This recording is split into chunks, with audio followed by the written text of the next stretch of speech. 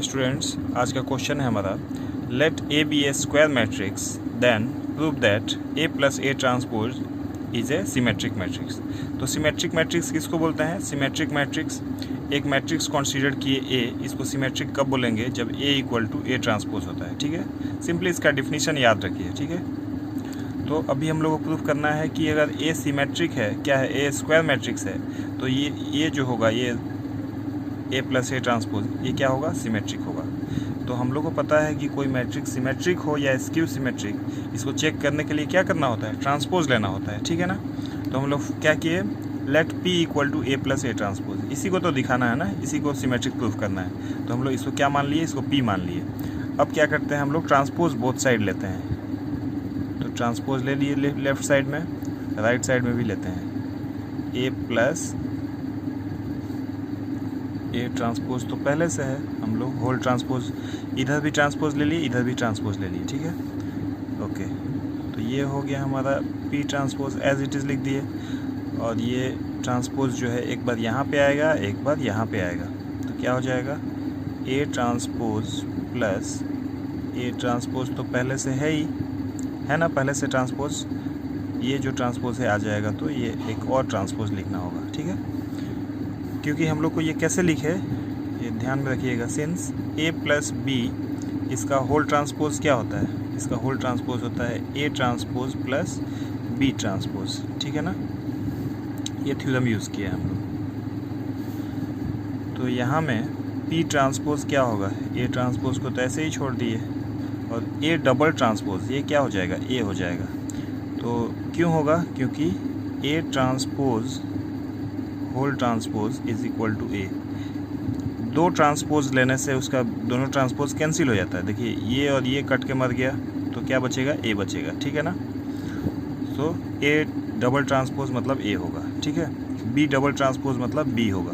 Okay, तो B transpose को as it is लिख दिया हमने, उसके बाद ए प्लस ए ट्रांसपोज लिख दिए। ये देखिए, इसको पहले लिखे या इसको बाद में, कोई दिक्कत नहीं है, प्लस में तो 2 + 3 या 3 + 2 एक ही बात है ना।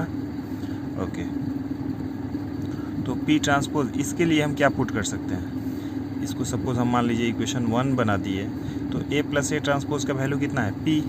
तो ए प्लस ए ट्रांसपोज के लिए हम पी लिख सकते हैं। यहाँ में अगर रीजन कोई बोलेगा तो बोलेंगे बाई इक्वेशन 1। तो देखिए, P transpose equal to P आ गया ना, मतलब पी को क्या बोलेंगे हम लोग? सिमेट्रिक मैट्रिक्स बोलेंगे। तो लिख लेते हैं, देयरफॉर पी मतलब ए प्लस ए ट्रांसपोज। ठीक है ना, therefore P is a symmetric matrix, symmetric matrix. तो पार्ट 1 कंप्लीट हो गया। ठीक है ना, पार्ट 1 कंप्लीट। पार्ट 2 में क्या बोला है? ए माइनस ए ट्रांसपोज ये स्क्यू सिमेट्रिक, तो इसको भी करते हैं।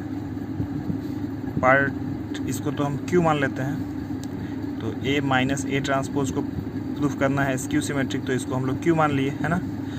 फिर स्क्यू सिमेट्रिक या सिमेट्रिक कुछ भी चेक करना है, हम लोग क्या करते हैं? ट्रांसपोज लेते हैं। फिर से हम ट्रांसपोज लिए, तो क्यू ट्रांसपोज हो गया।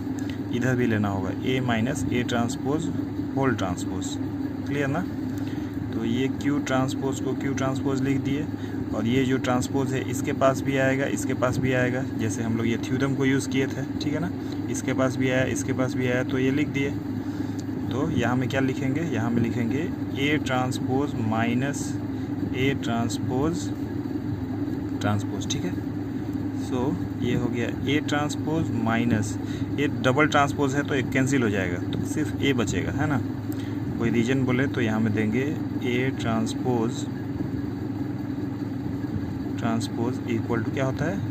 ए होता है। ठीक है, ओके, तो यहाँ से माइनस एक कॉमन ले लेते हैं, ए माइनस ए ट्रांसपोज हो जाएगा। जब माइनस कॉमन लेंगे तो ये हो जाएगा। इसको इक्वेशन अगर 2 बनाते हैं तो इसका वैल्यू कितना है? क्यू है, तो इसके लिए हम क्यू लिख सकते हैं। इसीलिए तो हम माइनस कॉमन लिए। माइनस कॉमन क्यों लिए? क्योंकि हम ए माइनस ए ट्रांसपोज लिख सके। तो ए माइनस ए ट्रांसपोज लिखने से फ़ायदा क्या होगा? हम सुंदर सा एक वैल्यू पुट कर सकेंगे, क्यू। तो क्यू पुट कर दिए, यहाँ में लिख सकते हैं बाई 2। तो फाइनली हम लोग को क्या मिला? इधर लेफ्ट साइड में क्या था? क्यू ट्रांसपोज था। क्या था? Q transpose. इधर आ गया माइनस क्यू, तो the transpose of the matrix is equal to negative of itself. Negative आने से क्या होता है, स्क्यू सिमेट्रिक। देयरफॉर बोल सकते हैं Q is a skew symmetric. हम खुद से ही वीडियो बना रहे हैं इसलिए थोड़ा हिल रहा है, तो आप लोग समझिएगा। हैंड राइटिंग भी समझ में आ जाना चाहिए। देखिए क्या दिक्कत होगा तो कमेंट सेशन में हमको बताना है। Q is A skew symmetric matrix, therefore Q is A skew symmetric matrix. तो सेकंड पार्ट भी कर दिए। अब देखिए थर्ड पार्ट में भी बोला है कुछ, A transpose are symmetric matrix. तो पार्ट 3 इसको मान लीजिए हम कुछ ले लेते हैं, आर ले लेते हैं। Let R equal to A transpose, A transpose. इसको हम लोग को चेक करना है, ठीक है ना। चेक करने के लिए हम लोग क्या करेंगे, ट्रांसपोज लेंगे। तो इधर भी लेना पड़ेगा, ले लिए। तो ये जो है इसका ट्रांसपोज का मतलब क्या हो जाएगा, ए ट्रांसपोज और ये हो जाएगा ए ट्रांसपोज। कैसे हुआ, रिवर्सल लॉ हम लिख देते हैं कैसे हुआ, क्योंकि हम लोग को पहले से पता है ए बी होल ट्रांसपोज क्या होता है, बी ट्रांसपोज ए ट्रांसपोज होता है, ठीक है ना। मतलब ट्रांसपोज सबसे पहले ये नज़दीक वाला के पास आता है, तो नज़दीक वाला के पास आया, फिर दूर वाला के पास गया, ठीक है ना। तो ये जो डबल ट्रांसपोज है ये तो कैंसिल हो जाएगा, तो ए बचेगा और ये ए ट्रांसपोज बचेगा, ठीक है ना।